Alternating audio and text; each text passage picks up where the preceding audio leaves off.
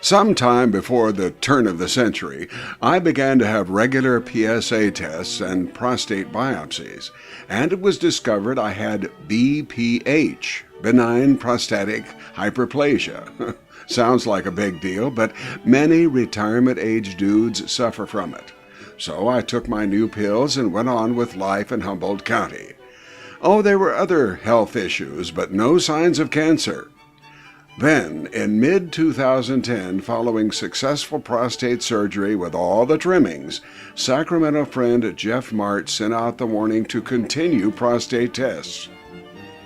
Since most prostate cancers are slow-moving and I was in my mid-70s, I'd been informed if I did develop PC, I'd still probably last long enough to pass on of natural causes.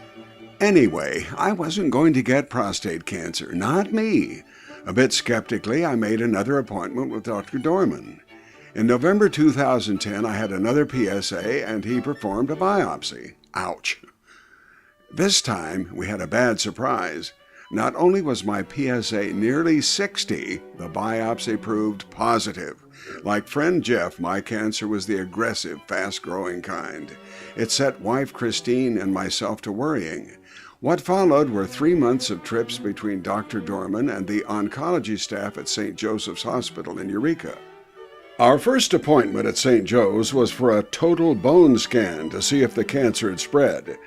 They ran my old bod through a special X-ray machine, and the results were sent to Dr. Ddorman. He reported the full bone scan negative. With luck, my cancer was confined to the prostate. To begin treatment, Ddorman's nurse gave me a large shot of Lupron. It normally costs $2,400. Thank you, Medicare.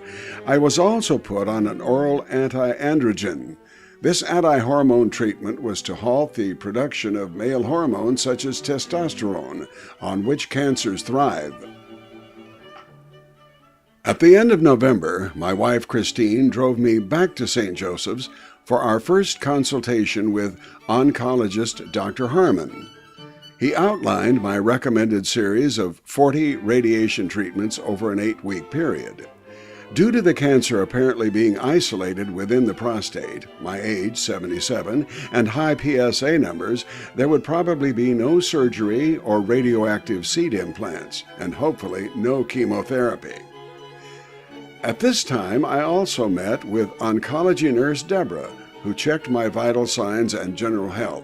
During the actual treatments, I'd meet with the doctor and nurse weekly to answer questions about my progress, discuss side effects, and keep an eye on my physical condition. Though my cancer had been dubbed aggressive, there seemed to be no rush to begin actual treatment, as we waited to see if the anti-androgens did their job.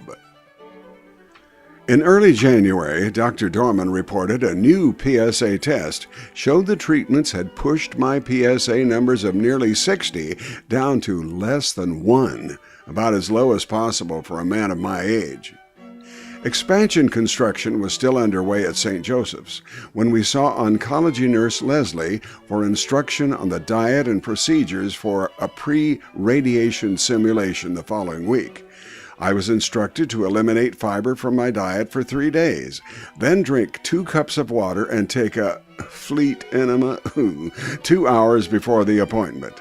They wanted a full bladder and empty bowels for the examinations. Finally, on January 18th, after 3 days of the low-fiber diet and the other stuff, we drove to St. Joe's, checked in with Stephanie, and met with Rocky, the dosimetrist who would conduct the simulation. On a sophisticated X-ray machine, he determined the exact location and size of my prostate.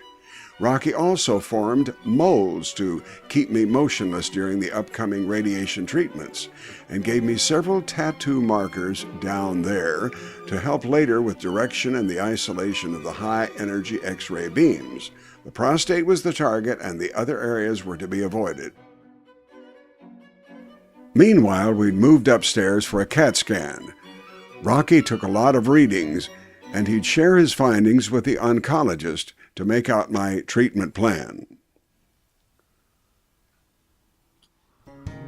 The following week, we had an appointment to try out the linear accelerator, the actual radiation machine. Radiation therapists Amanda and Keith were in charge. And I was laid out under a $3 million machine with my legs stabilized by the aforementioned moles. I was also given a special ring to hold. It would help keep my upper body immobilized during the radiation process. They made several x-rays and tests to familiarize themselves with my condition. Amanda also did an ultrasound of the bladder to make certain the water level had moved the prostate into the radiation target area. On January 31st, we parked in the new oncology parking lot with its private entrance. After a brief wait, treatments began. To avoid going through the entire series, simply multiply this final part by 40, and you have an idea of what we went through. After stabilizing my legs in the molds as I gripped the rubber ring, they worked me into position using the sheet under my back, pulling and tugging to line up the 3 tattoo dots on hips and bladder area.